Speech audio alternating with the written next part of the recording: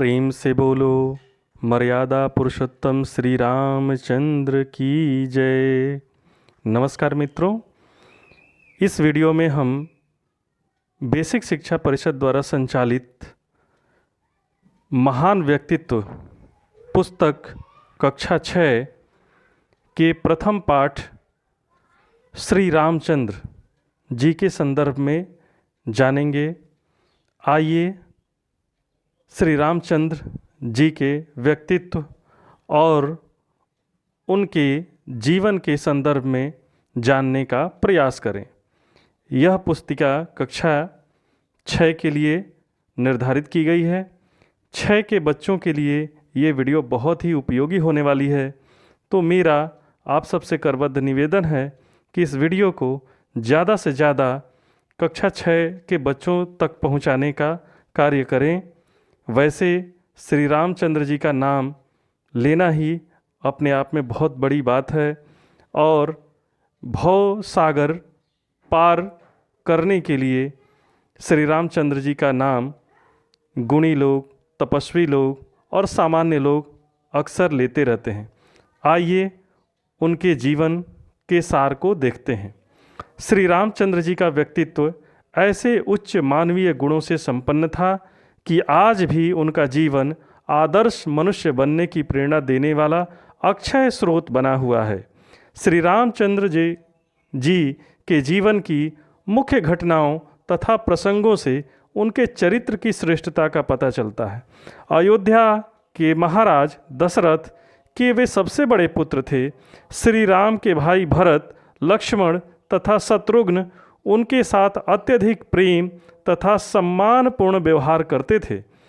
भरत की माँ कैकेयी तथा लक्ष्मण और शत्रुघ्न की माँ सुमित्रा का उन्हें उतना ही स्नेह मिला जितना उन्हें अपनी माँ कौशल्या से मिला। पिता, गुरुजन तथा जनता के सभी वर्गों के साथ राम का व्यवहार बहुत ही मृदुल तथा शिष्ट था। अपने छोटे भाइयों को प्रसन्न करने के लिए वे खेल में स्वयं हार कर उनको विजयी बना देते थे। ऋषि विश्वामित्र राक्षसों के उपद्रव के कारण आश्रम में यज्ञ नहीं कर पा रहे थे। आश्रम वासियों की रक्षा और निर्विघ्न यज्ञ करने में सहायता के लिए वे राजा दशरथ के पास आए। ऋषि ने राजा से राम और लक्ष्मण को मांगा। पिता की आज्ञा मानकर राम और लक्ष्मण ऋषि के साथ आश्रम पहुँचे। दोनों राजकुमारों ने अद्भुत साहस तथा शौर्य के साथ आश्रम वासियों की रक्षा की। अत्याचारी राक्षसों का दमन कर उन्होंने आश्रम और उसके आसपास शांति स्थापित की। इसी बीच विश्वामित्र को जनकपुर में राजकुमारी सीता के स्वयंवर का समाचार प्राप्त हुआ। राजा जनक ने यह शर्त रखी कि शिव के धनुष को उठाकर उसकी प्रत्यंचा चढ़ाने वाले के साथ ही सीता का विवाह किया जाएगा। अपने गुरु का आदेश पाकर श्री राम ने शिव धनुष को उठाया और प्रत्यंचा चढ़ाते ही शिव धनुष टूट गया। सीता के साथ विवाह के बाद राम अयोध्या लौटे और उनका जीवन सुखपूर्वक व्यतीत होने लगा। अब राजा दशरथ वृद्ध हो चले थे। वे राम का युवराज पद पर अभिषेक कर शासन के भार से मुक्त होना चाहते थे। उनकी इच्छानुसार अभिषेक की तैयारी होने लगी। तभी दासी मंथरा ने कैकेयी के कान भरे। मंथरा के बहकावे में आकर कैकेयी ने राजा से 2 वर मांगे जिनके लिए राजा पहले वचन दे चुके थे। इन वरों का संबंध देवासुर संग्राम की घटना से था। उसमें दशरथ ने देवों के पक्ष में असुरों के विरुद्ध युद्ध किया था। युद्ध स्थल में कैकेयी ने बड़े साहस के साथ राजा की सहायता की थी। इससे प्रसन्न होकर राजा ने कैकेयी को 2 वरदान मांगने को कहा था। कैकेयी ने उस समय वरदान नहीं मांगे और भविष्य में कभी मांग लेने की बात कही थी। अब कैकेयी ने राजा को उन्हीं वचनों का स्मरण कराते हुए 2 वरदान मांगे। एक वरदान में उनके पुत्र भरत के लिए अयोध्या का राज्य मांगा और दूसरे में राम के लिए 14 वर्ष का वनवास। राजा बहुत ही दृढ़ प्रतिज्ञ थे और प्रण के पालन के लिए वे अपने प्राण की भी चिंता नहीं करते थे। अपने प्रिय पुत्र राम को वनवास देने की कल्पना ही उनके लिए अत्यधिक कष्टदायक थी। फिर भी वचन के धनी राजा ने अपना प्रण निभाया। राम के वियोग में दशरथ का जीवित रह पाना कठिन था, किंतु उन्होंने प्रण नहीं छोड़ा। राम पिता की आज्ञा को शिरोधार्य कर सहस्र वन के लिए चल पड़े। उनके साथ सीता और लक्ष्मण ने भी वन की राह पकड़ी। राम की अनुपस्थिति में राजा दशरथ की मृत्यु हो गई। भाई भरत राम को मनाकर अयोध्या वापस लाने के लिए चित्रकूट गए। उस अवसर पर राम ने पिता की आज्ञा के पालन पर दृढ़ संकल्प रहने का दोहराया और वनवास की अवधि पूरी होने पर अयोध्या लौटने का आश्वासन दिया। जब वे अयोध्या से वन की ओर जा रहे थे, तब नदी पार करते समय उनकी भेंट निषाद राज गुह से हुई। गुह ने भाव विभोर होकर उनका स्वागत किया। रामचंद्र जी ने उनके अपनेपन के भाव को सम्मान दिया और वे गले लगाकर उनसे मिले। भिलनी सबरी के आतिथ्य को भी उन्होंने सहस्र स्वीकार किया। इस उदाहरणों से पता चलता है कि वे छुआछूत या ऊंच नीच की भावना से किसी के साथ व्यवहार नहीं करते थे। वनवास की अवधि में श्री रामचंद्र को अनेक बार कठिन परिस्थितियों का सामना करना पड़ा।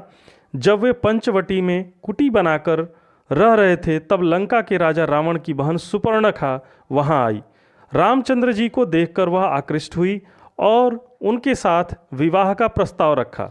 रामचंद्र जी विवाहित थे और उनकी पत्नी सीता जी उनके साथ थी। उन्होंने सुपर्णखा के प्रस्ताव को ठुकरा दिया। सुपर्णखा के हठ के कारण लक्ष्मण जी ने उसे दंडित किया तो वह क्रुद्ध होकर रावण के पास पहुंची। रावण उसके अपमान से बहुत क्रोधित हुआ। रावण ने छलपूर्वक सीता जी का अपहरण किया। रामचंद्र जी ने सीता जी की खोज की। हनुमान ने लंका जाकर सीता जी का पता लगाया।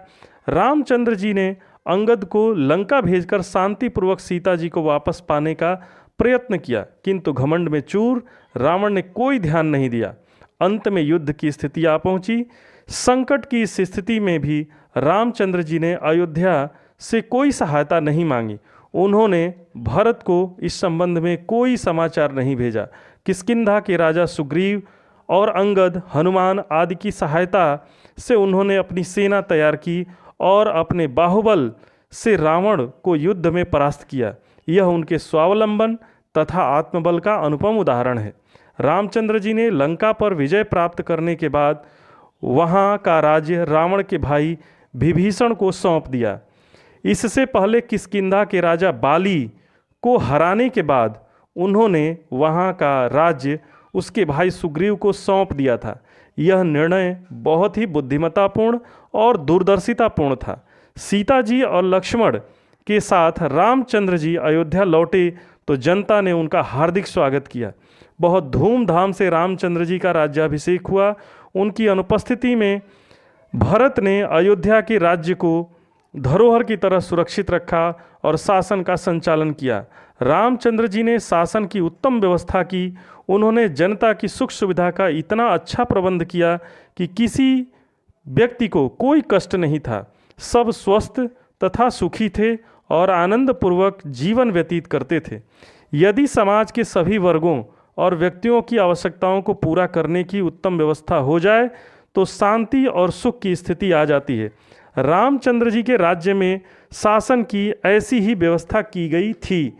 उत्तम भोजन, आवास तथा रहन सहन, शिक्षा, स्वास्थ्य, रक्षा, मनोरंजन आदि की सुविधाएं सबको सुलभ थी। फलस्वरूप कोई रोगग्रस्त नहीं होता था। सब मन लगाकर अपना अपना काम करते थे। अन्न, फल, दूध, घी आदि का पर्याप्त उत्पादन होता था। इसलिए लोगों को किसी प्रकार के अभाव का सामना नहीं करना पड़ता था। लोग आपस में मिलजुल कर प्रेम भाव से रहा करते थे। रामचंद्र जी के राज्य में जनता को वे सभी सुख सुविधाएं सुलभ थी जिनकी आज के लोक कल्याणकारी राज्य में कामना की जाती है। इसलिए राम राज्य लोक कल्याणकारी राज्य का पर्याय बन गया है। तुलसीदास जी ने रामचरितमानस में राम राज्य का विशद वर्णन किया है। महात्मा गांधी भी राम राज्य की उत्तम व्यवस्था से बहुत प्रभावित थे। इसलिए उन्होंने भारत में राम राज्य की स्थापना का आदर्श सामने रखा और उसी के लिए जीवन भर प्रयास किया। बहुत बहुत धन्यवाद, आपने बहुत ही ध्यान लगा करके सुना। ये राम कथा का सार है और राम सबके आदर्श रहे हैं, आज भी आदर्श हैं, आज भी लोगों को इनके जीवन से प्रेरणा मिलती है। यह सार जन जन तक पहुंचाए जाने की आवश्यकता है ताकि लोग इनसे प्रेरित होते रहें और अपने जीवन को सुखदायी बनाते रहें, साथ ही साथ भव सागर से पार भी होते रहें। आप देखने वालों से निवेदन है कि इस वीडियो को ज़रूर शेयर करें, सब्सक्राइब भी करें चैनल को, ताकि हमको और मेहनत करने का जो है बल मिले और इसी तरह की ज्ञानदायी वीडियोस बना सकें और बच्चों तथा अन्य जनता जनार्दन तक जो है पहुंचाया जा सके। बहुत बहुत धन्यवाद। Thank you. नमस्कार।